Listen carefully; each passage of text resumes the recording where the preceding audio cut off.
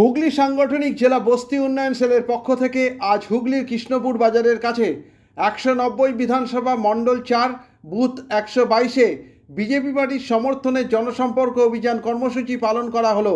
উপস্থিত ছিলেন বিজেপির বস্তি উন্নয়ন সেলের রাজ্যের আইটি সেলের ইনচার্জ রবি প্রসাদ, জেলা কনভেনার প্রণয় ব্যানার্জি, কো কনভেনার দেবাশিস চক্রবর্তী, দিলীপ বিশ্বাস, সঞ্জয় দাস সহ আরও অনেকে।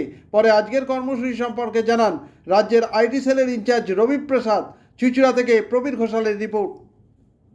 থেকে এসছি, আপনাদের এটা দিচ্ছি, লকের দিকে ভোট দেবেন যাতে লকেট দিয়ে জিততে পারে, আমরা আপনাদের সহযোগিতা করতে পারি। আমরা বস্তি উন্নয়ন সেল থেকে এসছি, বলে দাও বাবু।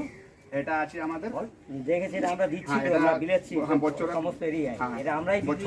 আমরা বিজেপি দেখুন কি কি আমাদের দায়িত্ব, আমাদের কাজ আমাদের করেছেন পারফরমেন্স।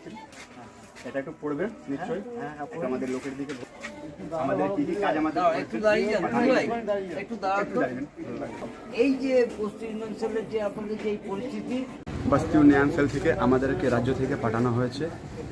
এই আজকে আমাদের বস্তি সম্পর্ক অভিযান আমাদের করছি, আর এই নিয়ে আমাদের যা বস্তিতে যতগুলো কাজ হয়েছে আর আমাদের লাভার্থী আছে যতগুলো, ওই সব নিয়ে আমাদের পাবলিক পাশে যাব, সবাইকে বোঝাবো যে আমাদের মোদি যেরকম কাজ আমাদের করতে বলেছেন আমাদের করিয়েছি, ওদের আমাদেরকে বিপুল ভোট দিয়ে বিজয় করুন, এটাই বলে আমি নিজের পক্ষে থাকবো।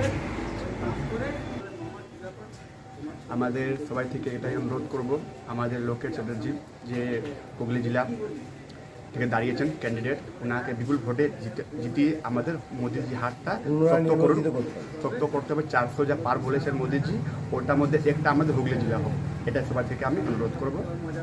তোমার নামটা? রবি প্রসাদ, বিজেপি আইটি সেল ইনচার্জ।